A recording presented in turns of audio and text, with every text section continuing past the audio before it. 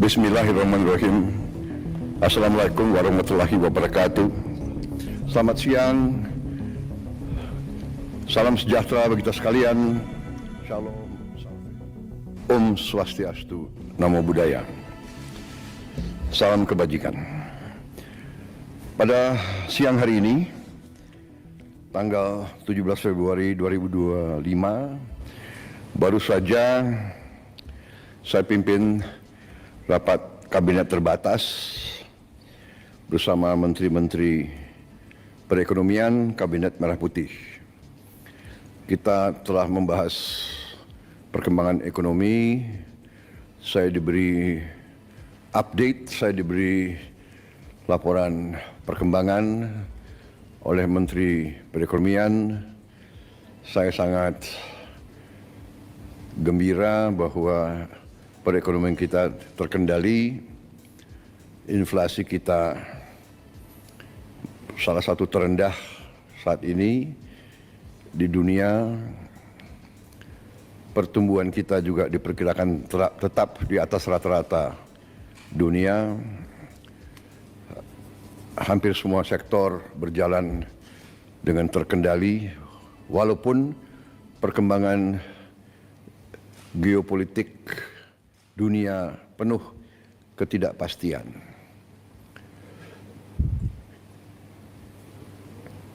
Namun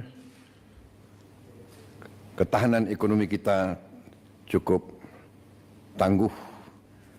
Masih banyak tantangan, masih banyak kesulitan, tapi kita mampu mengendalikan. Di bulan-bulan akan datang kita akan lihat semakin kuatnya perkembangan ekonomi kita. Terutama hari ini kita ambil keputusan tentang devisa hasil ekspor sumber daya alam kita. Pemanfaatan sumber daya alam Indonesia harus dioptimalkan untuk kemakmuran bangsa dan rakyat, baik melalui pembiayaan pembangunan, perputaran uang di dalam negeri, peningkatan cadangan devisa, stabilitas nilai tukar. Selama ini dana devisa hasil ekspor kita, terutama dari sumber daya alam, banyak disimpan di luar negeri, di bank-bank luar negeri.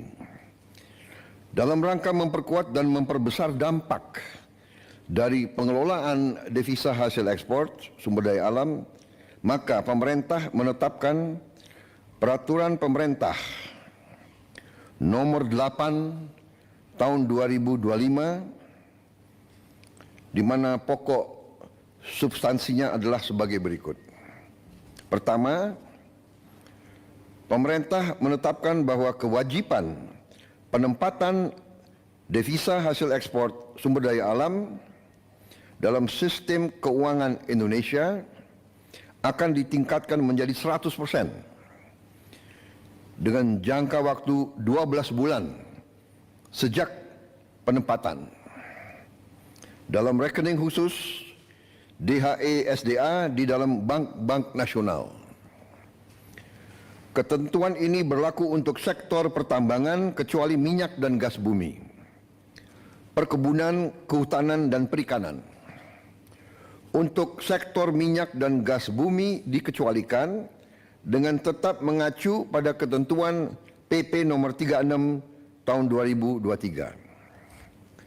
Dengan langkah ini, di tahun 2025, devisa hasil ekspor kita diperkirakan bertambah sebanyak 80 miliar dolar Amerika.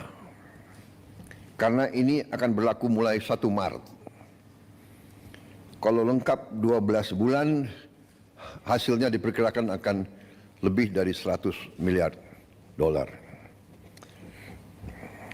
Selain itu, pemerintah juga memberi ruang bagi eksportir untuk tetap menjaga keberlangsungan usahanya dengan mengizinkan para eksportir tersebut menggunakan DHE SDA yang ditempatkan dalam rekening khusus untuk penggunaan sebagai berikut. 1. Penukaran ke rupiah di bank yang sama untuk menjalankan kegiatan operasional dan menjaga keberlangsungan usahanya. 2. Pembayaran dalam bentuk valuta asing atas kewajiban pajak, penerimaan negara bukan pajak dan kewajiban lainnya kepada pemerintah sesuai peraturan perundang-undangan.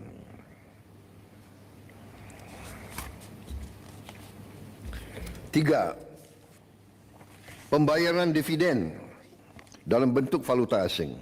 4. Pembayaran untuk pengadaan barang dan jasa berupa bahan baku, bahan penolong atau barang modal yang belum tersedia, tidak tersedia, tersedia namun hanya sebagian, tersedia tapi spesifikasinya tidak memenuhi di dalam negeri dalam bentuk valuta asing.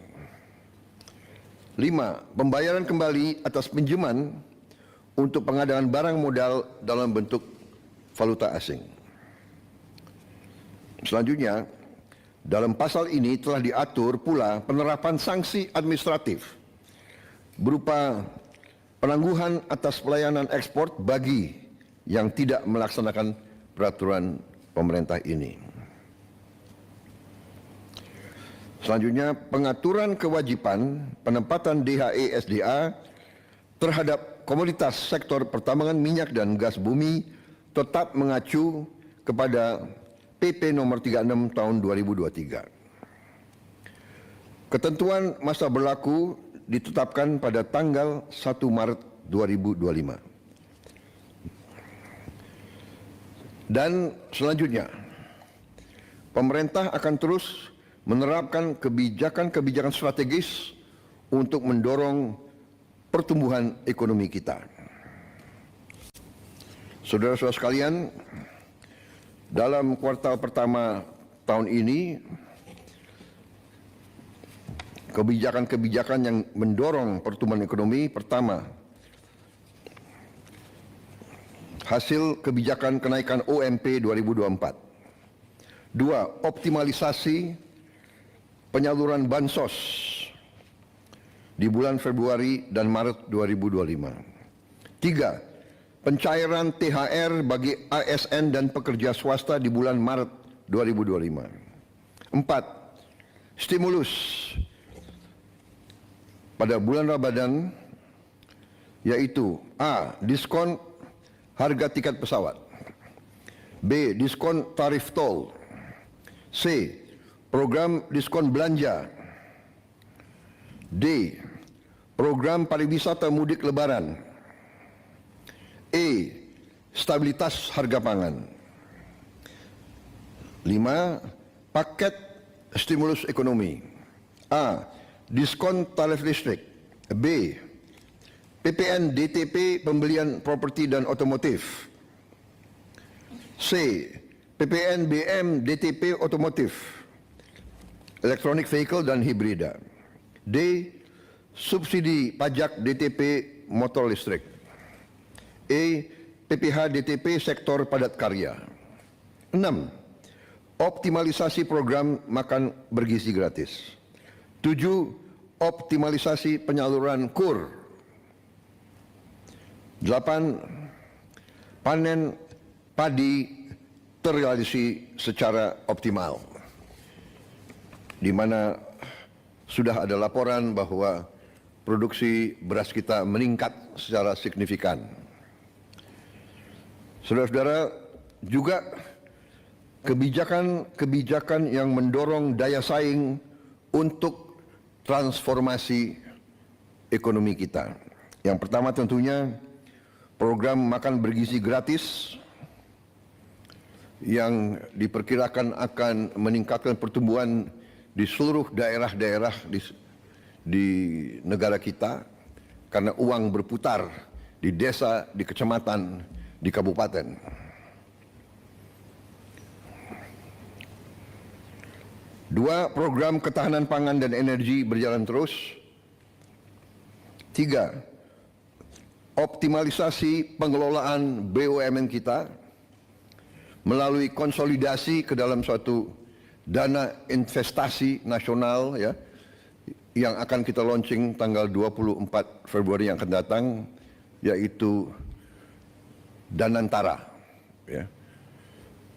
Danantara adalah konsolidasi semua kekuatan ekonomi kita yang ada di pengelolaan BUMN.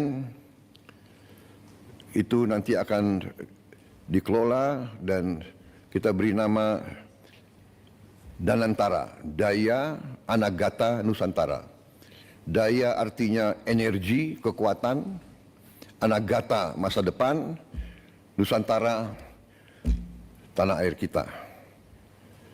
Jadi artinya Danantara ini kekuatan ekonomi, dana investasi yang merupakan energi, kekuatan masa depan Indonesia.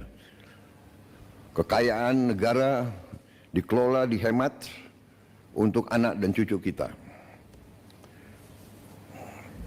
4. Kebijakan FLPP untuk melaksanakan program 3 juta rumah murah, pengendalian inflasi. 5. Pembangunan kawasan industri dan KEK. 7. Revisi PP 5 tahun 2021 untuk kemudahan berusaha. 8. Keberlanjutan tax holiday dan tax allowance untuk menjaga iklim investasi. 9. Tadi yang sudah kita umumkan kebijakan tentang DHE SDA. 10. Kita akan bentuk bank emas. Jadi selama ini kita tidak punya bank untuk emas kita. Tidak ada di Indonesia. Jadi emas kita banyak ditambang dan mengalir ke luar negeri. Kita ingin sekarang punya bank khusus untuk emas di Indonesia. Insya Allah kita akan resmikan tanggal 26 Februari. Ini saya kira pertama kali ya di Republik kita. Kita terus akan perbaiki penghapusan buku tagih utang macet bagi UMKM. Tentunya juga ada kebijakan internasional kita, yaitu bahwa Indonesia bergabung ke BRICS. Sudah dinyatakan bahwa kita diterima di BRICS, ya ini sedang prosesnya, transisinya sedang berjalan. Kita juga akan menyelesaikan perjanjian SEPA, singkatan SEPA, Comprehensive Economic Partnership Agreement. Intinya adalah semacam free trade ya, free trade area, saling menurunkan tarif bagi barang-barang kedua pihak. Kemudian kita juga menjalankan terus pendaftaran kita ke OECD. Yang terakhir kita juga ingin secepatnya menyelesaikan kerjasama Indonesia kita, Indonesia, Uni Eropa, SEPA juga, Comprehensive Economic Partnership Agreement. Jadi saudara-saudara, demikian hasil daripada ratas hari ini. Padahal ini adalah pekerjaan berminggu-minggu yang dilaksanakan oleh Menko dan semua menteri, dan kita bahas sebetulnya sudah berkali-kali, tapi hari ini kita rangkumkan dan kita putuskan, dan sudah saya tanda tangan peraturan pemerintah tersebut nomor 8 tahun 2025, dan hari ini kita umumkan ke publik. Saya kira demikian, saudara-saudara. Kita bersyukur kita bisa memberi yang terbaik kepada bangsa dan rakyat. Kesulitan pasti ada, hambatan pasti ada, tantangan pasti ada, tapi dengan kerjasama yang baik di antara semua pihak, dengan niat yang tulus, dengan orientasi kita hanya kepada kepentingan bangsa dan rakyat dan berpegang teguh kepada Undang-Undang Dasar 1945, insya Allah kita akan mencapai keberhasilan. Kita akan menjadi semakin kuat di bulan-bulan dan tahun-tahun mendatang. Terima kasih. Wassalamualaikum warahmatullahi wabarakatuh. Salam sejahtera bagi kita sekalian. Om Santi Santi Santi Om. Namo Buddhaya. Selesai. Terima kasih.